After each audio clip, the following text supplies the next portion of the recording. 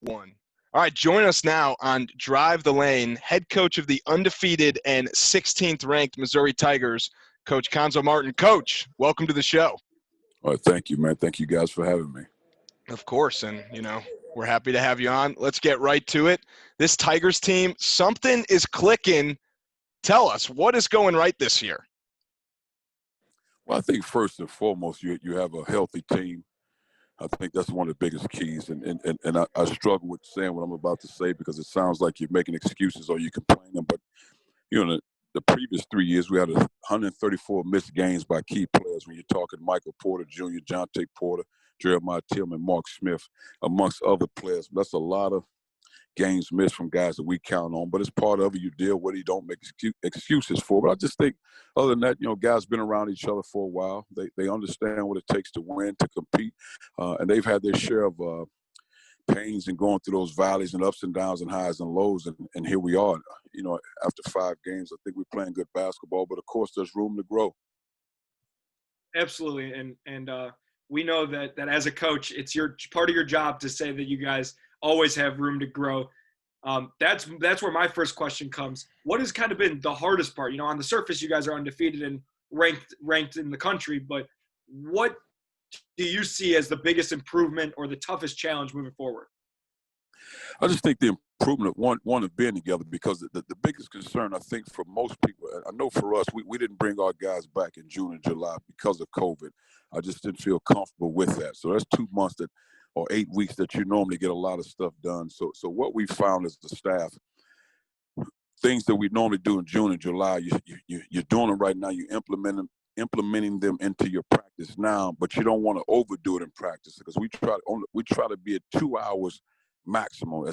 That's film watching, stretching, and practice. We don't want to go over 2 hours because we always talk about having fresh legs and fresh minds. But I think for us, again, we're playing more of an aggressive style offense. We're getting up and down more.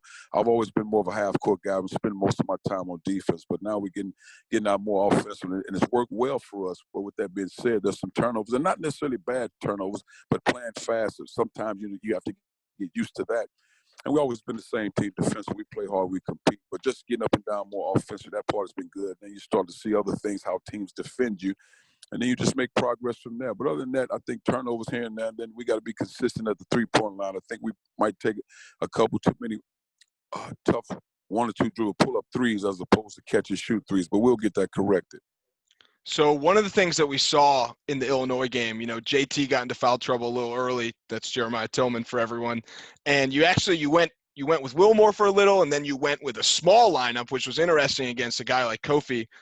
Going into the game, was that a game plan that you were going to try to go small? Is that something that we could see moving forward?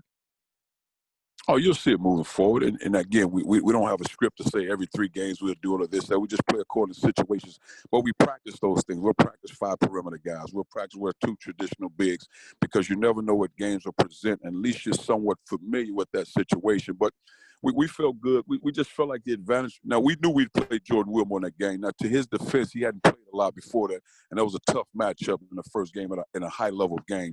So we felt like our guards could keep us at bay because they would have to defend us on the other end. Now, if you're trading basket, because it is tough to guard Kofi, even with a traditional big guy. If we got a perimeter guy on it, we fight, we battle. But on the other end, we have to make those guys pay. And Coach, you mentioned that you're clearly a defensive-minded coach, and I have a pretty simple question for you. Does good offense always beat good defense? I wouldn't necessarily say that because that's why you have defensive player of the years. I mean, because you have guys that are elite defenders. I took a tremendous amount of pride myself in playing defense in college, and I thought I did a relatively good job. I mean, when you say good offense, you're talking about elite level guys. Kevin Durant. So, like, for example, when I was in college, Glenn Robinson was my teammate, the big dog. That's 30 points a night. I mean, and he averaged that. So I don't know what good defense that was because he scored 30 a night. So you do have elite level offensive guys. I mean, that's gifted guys. Kevin Durant, Steph Curry, you going on elite level guys. But I think if you're an elite defender on average guys, then you can stand out. But sometimes when you have an elite level offensive guy, you have to give credit where it's due. Coach, I want to talk about the players on the team a little bit. Start off with Wilmore, who we've mentioned. Is he the biggest human that you've ever stood next to? I think right now I think that's safe to say right now. I had a big teammate in college. He was big, Matt Tendam. I think he was from Amsterdam, if I'm not mistaken. He was a big guy, but I think Jordan's the biggest one I've been around. But the thing about Jordan, he doesn't look as big because his body, sometimes those big guys, they have a little I want to be respectful, a little around the area. In certain areas, they look so big, but he's done a good job of, taking care of his body. So, but he is the biggest I've been around, yes. I think you got to be careful. Coach Drinkwitz might give you a call and say they need him on the line next year. Oh, man, it's all family. They can have him if he want to get out there. So another player I want to talk about, Joey and I kind of joke about this on the show all the time because, we do a lot of Ohio State stuff. Aaron Kraft seemed like a guy that was on Ohio State for 5 years. Jayshawn Tate, every time he was playing against you, people were saying, God, how long has this guy been here?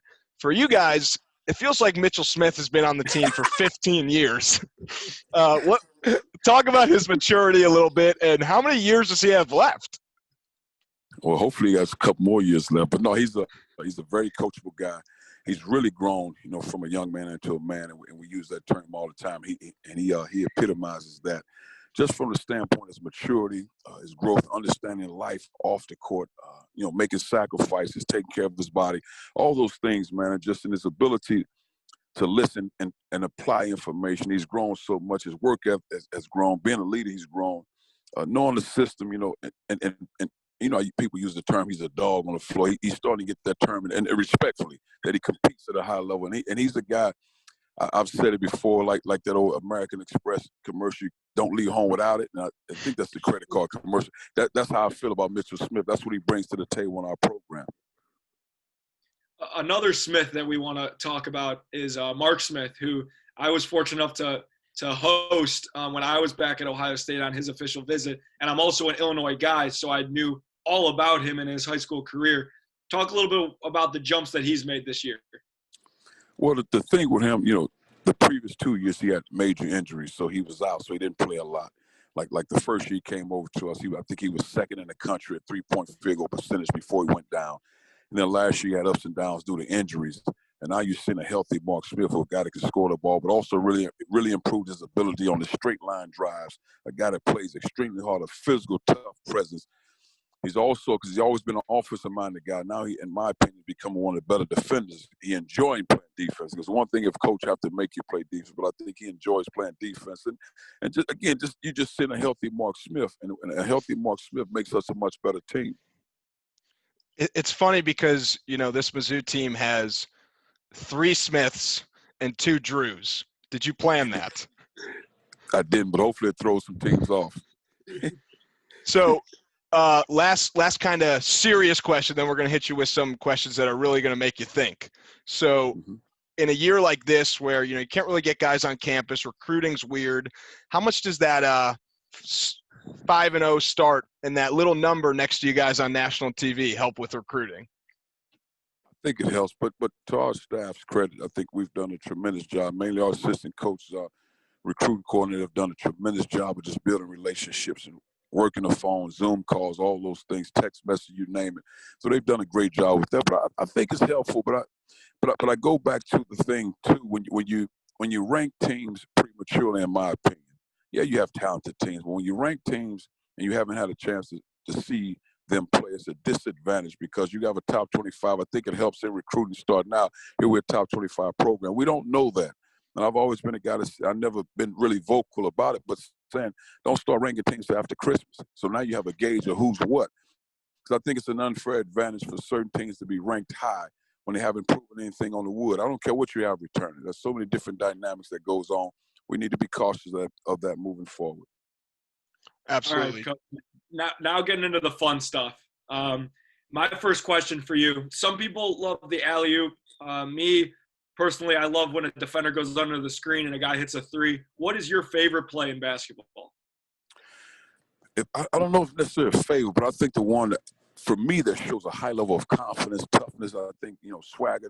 If a guy can pull up off a 3, when it's a 3-on-1 break and there's 3 offensive guys and 1 defender, and you got a guy that can pull up from a 3 and make that shot consistently, that's impressive to me. What about if a guy is 1-on-0 on a fast break and pulls up for 3? That's something that I would do. And I think I did that once in high school, but never in college. The only person that might get away with that is my son, because I know my wife would be all over my head if I said someone did something. But man, that would be tough, man. I wouldn't be surprised if Pinson hit us with a 1-on-0 pull-up three fast break. I can see that happening. I agree with that. That's where you pull him out of the game, coach. You say, if you ever do that again, I'm going to kill you, but nice shot.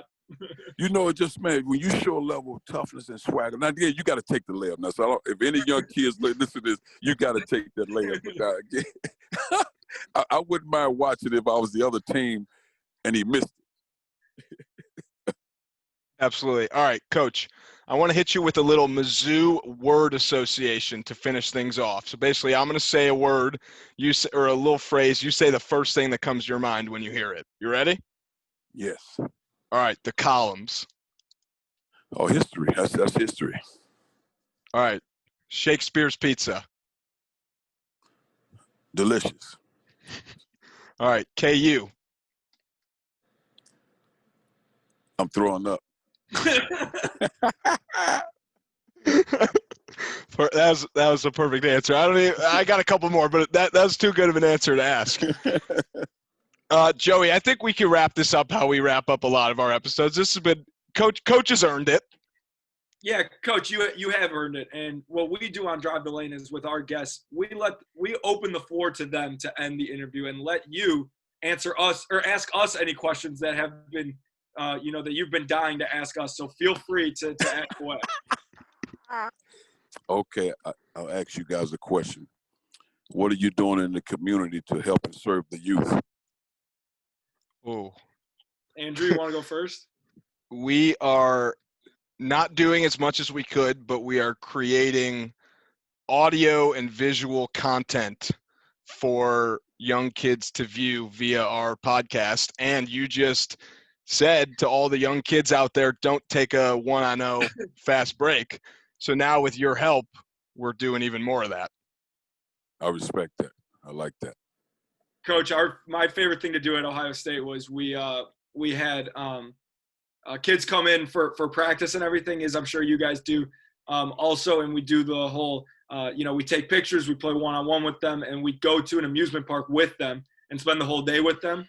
That was my favorite thing that we did at Ohio State. It was year in and year out, and it was supposed to be, a couple months ago, obviously, but COVID happened. So, we had to miss out on that. Even the former players get involved in stuff. So another thing that COVID's kind of taken away from us is that, that special time that I know all the players, former and current, look forward to with our team and stuff. So I like that. Yeah, that's one thing that's pretty special about Ohio State that I'm sure Mizzou is also doing a great job in. Oh, thank you, man. I appreciate that. Coach, I got 4 years of eligibility left, so if you throw me a walk-on something, I'll do all the activities that you guys do with you guys.